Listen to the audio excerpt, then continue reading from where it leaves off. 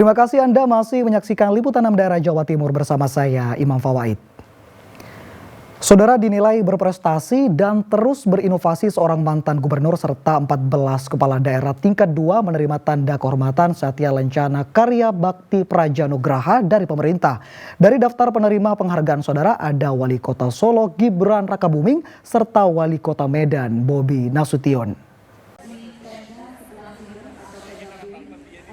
Puncak peringatan Hari Otonomi Daerah ke-28 digelar di halaman Balai Kota Surabaya Kamis pagi. Pada momen ini, Menteri Dalam Negeri Tito Karnavian memberikan tanda kehormatan berupa PIN Satya Lencana Karya Bakti Prajanugraha kepada kepala daerah yang inovatif dan berprestasi.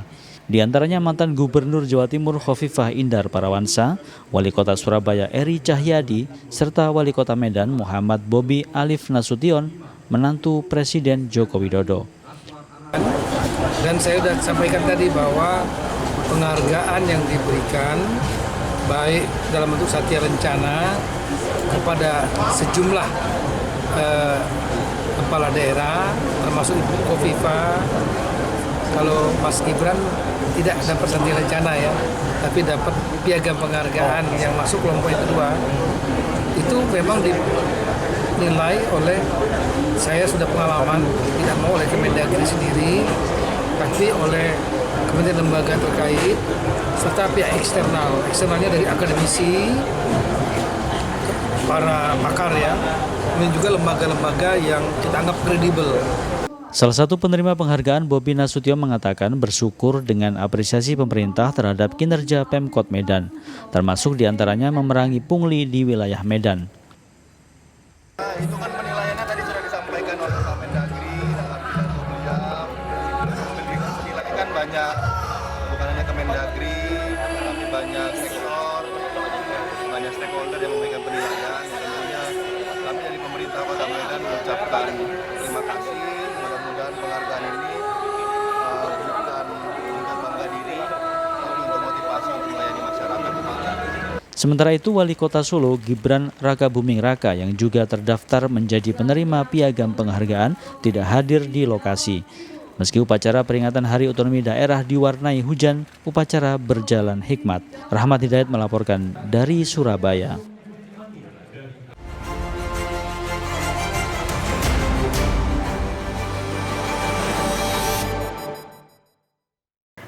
Saudara, tim redaksi merangkum peristiwa selama sepekan yang menyita perhatian publik di Jawa Timur. Di antaranya, suami di Tuban menganiaya istrinya hingga tewas setelah cekcok masalah rumah tangga. Hingga tersangka pembuat sabu-sabu rumahan di Pasuruan digerebek polisi. Selengkapnya saudara dalam Surabaya Sepekan.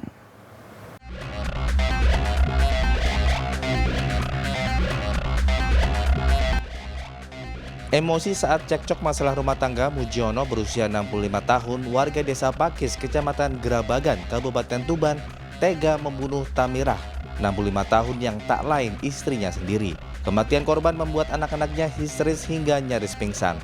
Usai menganiaya istrinya hingga tewas, pelaku keluar rumah, namun karena takut dan bingung, ia menyerahkan diri ke Polsek Gerabagan. Polisi bersama perangkat desa menuju lokasi kejadian dan mendapati korban tergeletak di atas ranjang. Selanjutnya, mayat korban dievakuasi ke kamar jenazah RSUD Dr. Kusma Tuban. Polisi menyita sejumlah barang bukti dan meminta keterangan sejumlah saksi.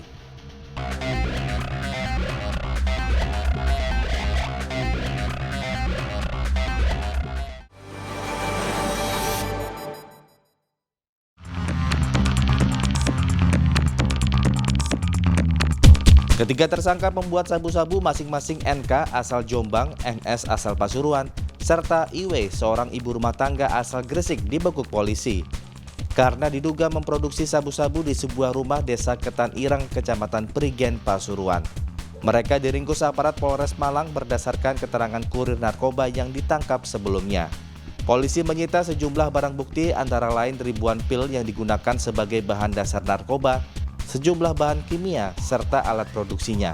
Diduga mereka belajar cara membuat sabu-sabu dari rekannya yang berada di dalam salah satu lapas di Jawa Timur. Polisi masih menyelidiki hal tersebut.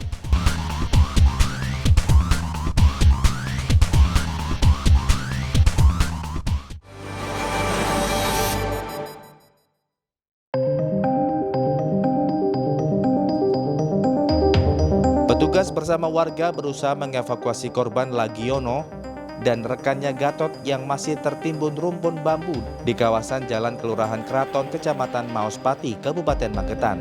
Satu persatu pohon bambu yang menimpa korban dan sepeda motornya dipotong agar bisa dikeluarkan dari rumpun bambu. Korban selanjutnya dilarikan ke Rumah Sakit Umum Daerah atau RSUD Dr. Saidiman, Magetan. Hasil identifikasi korban tewas adalah Lagiono, warga Kelurahan Keraton, Magetan. Sedangkan korban luka parah Gatot Susanto, warga Kelurahan Maospati, Magetan. Sebelumnya Lagiono dan Gatot berboncengan sepeda motor pulang dari sawah saat hujan deras dan angin kencang. Naas korban kejadian keduanya tertimpa rumpun bambu yang tumbang.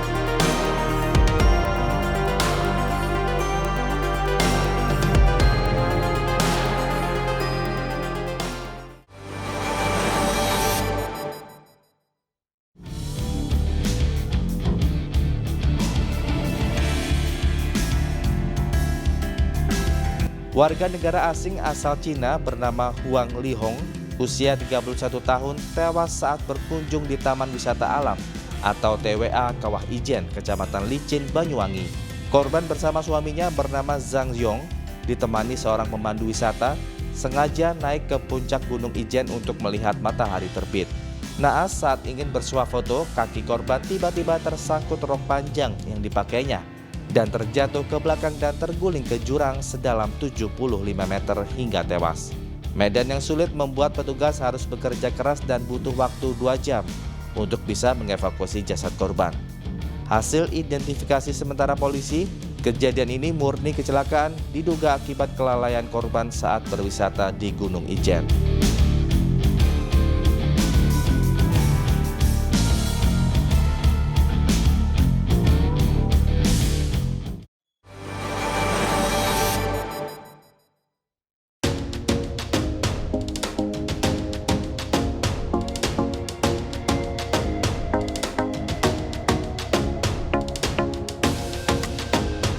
Petani tradisional di pesisir selatan Jember, tepatnya di Desa Sumberjo, Kecamatan Ambulu, memiliki tradisi unik di bulan Syawal, yakni dengan menggelar pawai pegon. Puluhan pegon atau pedati masing-masing ditarik 2 ekor sapi, berjalan beriringan menyusuri persawahan menuju pantai, sehingga jadi hiburan warga.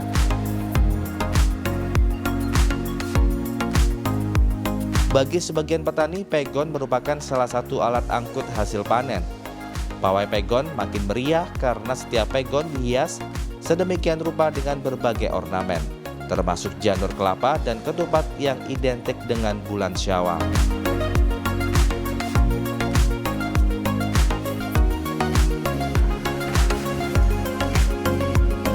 Pawai pegon merupakan wujud syukur dan sukacita para petani di wilayah pesisir atas hasil panen yang mereka dapat.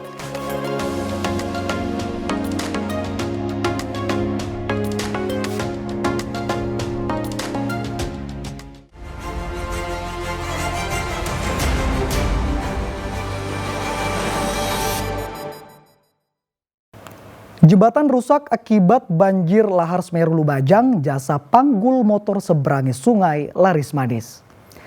Informasi selengkapnya saudara akan kami hadirkan untuk Anda sesaat lagi.